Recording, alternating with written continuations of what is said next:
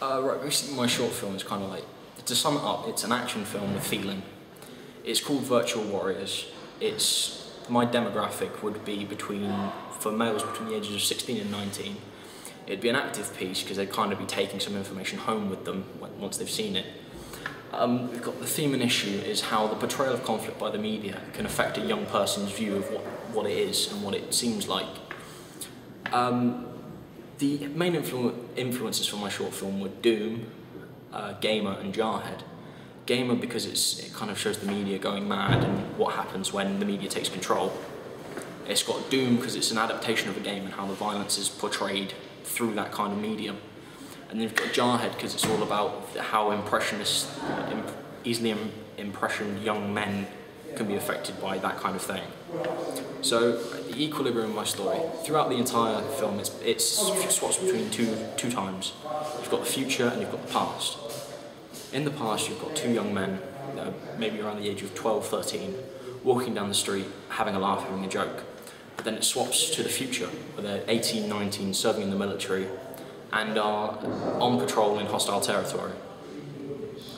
The disruption is when the young versions of themselves run into some old friends and decide to go and have a Nerf fight, as one of the characters calls it, where they go to one of the characters' houses and just generally shoot at each other with foam darts. Whereas in the future, they come under fire by live hostile targets and actually have to fight their way free. The search and obstacles is basically where both firefights escalate. There's more stuff flying through the air, they're shooting at each other, it's getting more serious.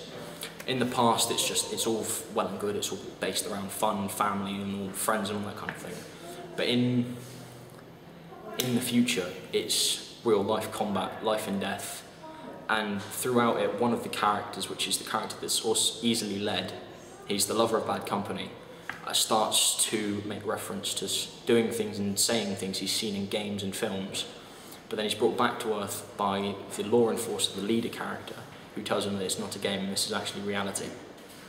And then you get to the resolution where it's the character that's easily led is, in both times, is running down in the past he's running down past the building and turns a corner, but in the future he's running down a street and turns a corner also. In the past he gets shot and he gets hit in the chest and just like marks it with his hand, but when he gets shot you hear a live gunshot and he looks down at his chest and it suddenly swaps to the future where he's actually been shot, there's blood seeping through his hands and he's bleeding out. He doesn't pass out, but he hits the floor. His squad, the team leader, runs over to see if he's alright. And the last image of the film is when his eyes start blurring and he finally dies and passes away. I think the unique selling point of my short film is it's an action piece, because the demographic I'm aiming for enjoy action films, but it's a piece with feeling. And I think it will show how the lines between game and reality can become confused at times, and how they can suddenly cross when you can't end up finding yourself and telling yourself whether you're in a game or in reality, and how dangerous that can be for a young person. Thank you for watching.